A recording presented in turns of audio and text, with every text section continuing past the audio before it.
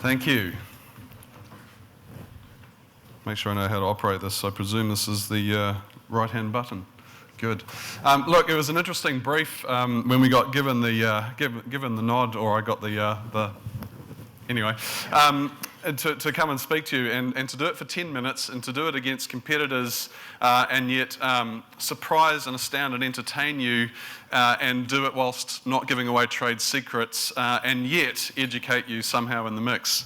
And part of that brief also was to make sure we don't get too competitive and pitch our brands head to head. So I thought I'd do it subliminally whilst we talk, and maybe some underlying messages might come through in my content. Oh no, I've fallen into the trap already. Anyway, I'm here to expound a few things that have tickled my thinking over the time, and I sort of presume, well, if it's going to tickle my thinking a little bit, then maybe it might tickle one or two of you, and at least give you some food for thought. But very quickly, I want you to think for 10 seconds about the toy you had when you were 11 years old that meant the world to you. You got 10 seconds, share it with your neighbour. And if you were like me, and you happen to have an example like this, or I guess potentially this is gender biased, maybe gender biased slightly. So if you've got an example like that, or something with a doll in the mix, then do a fist pump with your neighbour next to you. Fist pump, yeah, you're probably just left awkwardly hanging. Some of you doing the high five, fist pump thing. No, that's not working. Okay, right.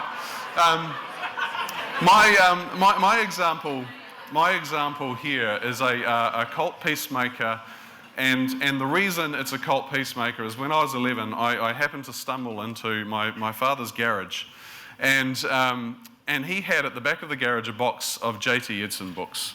And J.T. Edson is a Western writer, and he had this amazing series of cowboy stories that just happened to get my imagination going. I saved up for that picture of the gun. I saved up for a long time, and I saved my whole $10 to walk down to get my specially packaged gun. It was a metal gun too. It was quite classy, and it's nice packaging because it meant so much to me. But the tie-in here is that in the olden days, back when Westerns were to the fore and cowboys rode around doing awesome things to Indians, back in those days, they had problems in the world.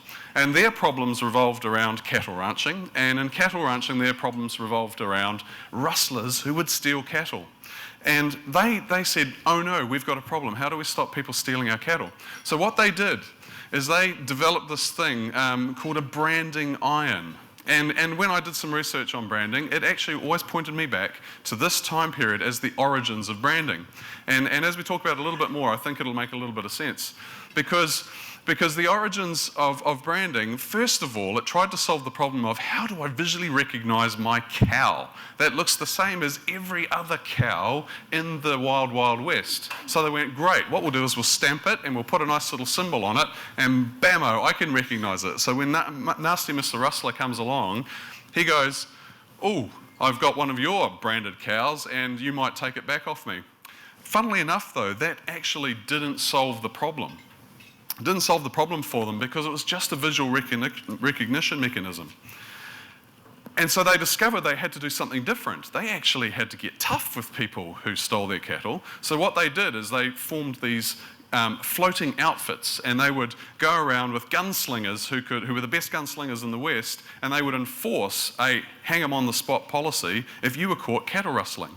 So interestingly, branding went from visual recognition to something that was far more experiential. And as it became far more experiential in its evolution, it started to invoke a promise. So you knew if you got caught cattle rustling, you had the promise of a particular experience which was rather nasty. And then over time, cattle rustlers started talking together. And then they realised actually that there was a halo effect to this stuff, that actually the promise was actually embodied through a perception, and actually people who talk together, they realise that if we go to so-and-so's ranch and we steal their cows, we're going to get dealt with rather severely. If we go over here, they don't follow through quite nearly as much. There's no alignment in what they're doing. We'd probably get away with it over there.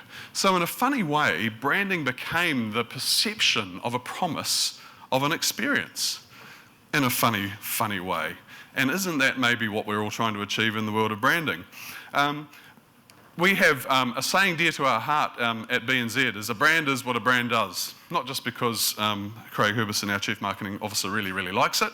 It's because actually it becomes a talking point for us. There's another common quote that's out there. Your brand is what is said about you after you leave the room. I'll use a me example. Brand Mike. You hear people who brand themselves. Brand Mike. What does Brand Mike look like? Well, Brand Mike's got spiky hair, but that's lesser relevant than what people say about me after they leave the room. That's my real brand, as someone so eloquently coined. So I'd like to put it to you that as branders in the branding industry, in marketing, so I'm also going to put it to you that branding isn't marketing, by the way. Marketing might be a component of branding, but branding is not marketing. So our job is to turn reality into perception. How am I going on time? Good. Oh, wow, there you go. I've been told if I go too quickly, I'll get too many questions. So I've got, I'm incentivised to keep it going for a lot longer. But I think, getting serious for a second here, as branders, I don't think we spend enough time talking about the reality piece, because I think sometimes we jump to a campaignable proposition and we get into the perception game far too quickly. We go, great, here's a great campaignable idea. It seems to align with what we're doing, so let's build some campaigns around that stuff. Thing is, the reality takes a lot longer to get right and a lot longer to embody. It's a lot harder to do, but if you can get the reality right first, you can then get licensed to work on the perception. How do you do that? Well, an executive coach I had one time, my entire exercise over a Christmas holiday break one time as I was reflecting on the world was not to come up with any solutions. I had to come up with a list of questions. And then at the end, we would talk about the 2 questions that most resonated while I was away on holiday. And sometimes I wonder if we actually spent that time ourselves reflecting on where we're going as companies, as brands, as businesses, we might get into a different spot. Let me tell you another story. About 2 weeks ago, I saw a story on ESPN. I just happened to be channel surfing through, as you do. And there was this story about the fact that in the NFL, they're changing a rule called the crown of the helmet rule.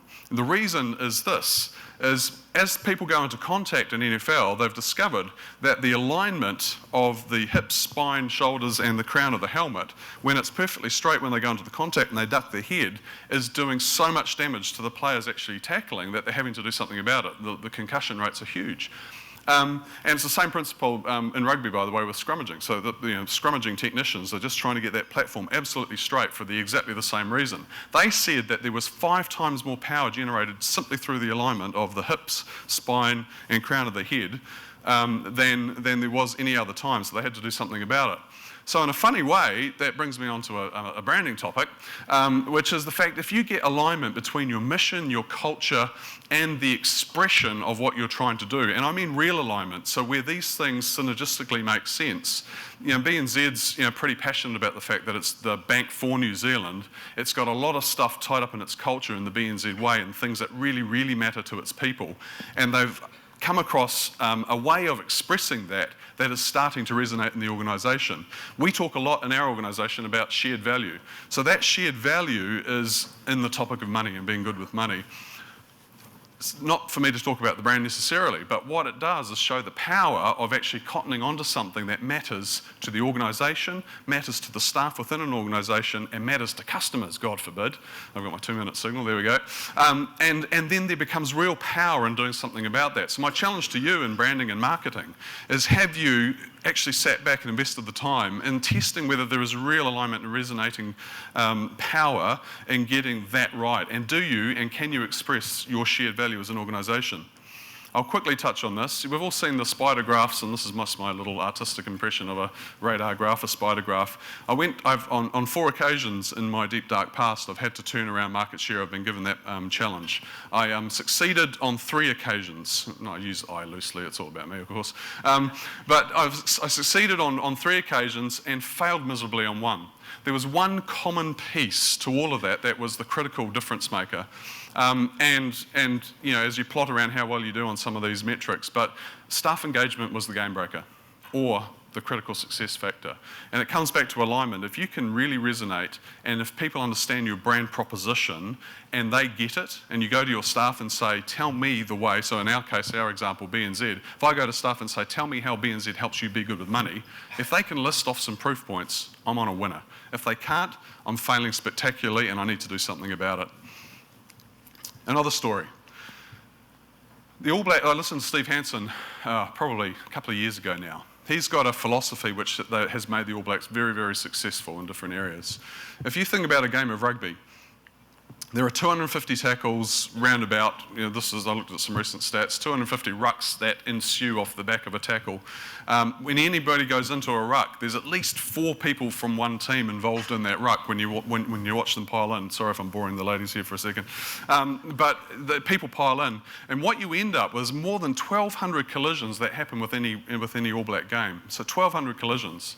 Steve Hansen said, if I dominate the collisions, then we're going to win more collisions with the other guys, we're going to win the game. So they had a very simple philosophy that if they honed in on every single opportunity to have a collision, and if the All Black was the dominant person in that collision, then his philosophy was we'd win the game. They put an awesome amount of training time into understanding, if I go into a tackle, if I'm running with the ball, you know, have I got the ball in the right hand? Am I hitting the shoulder on the inside? Am I changing my angles and my lines? Have I got dummy runners who are doing the same things? As I hit the guys in the ruck, am I doing it in such a way that clears them off with the most efficiency?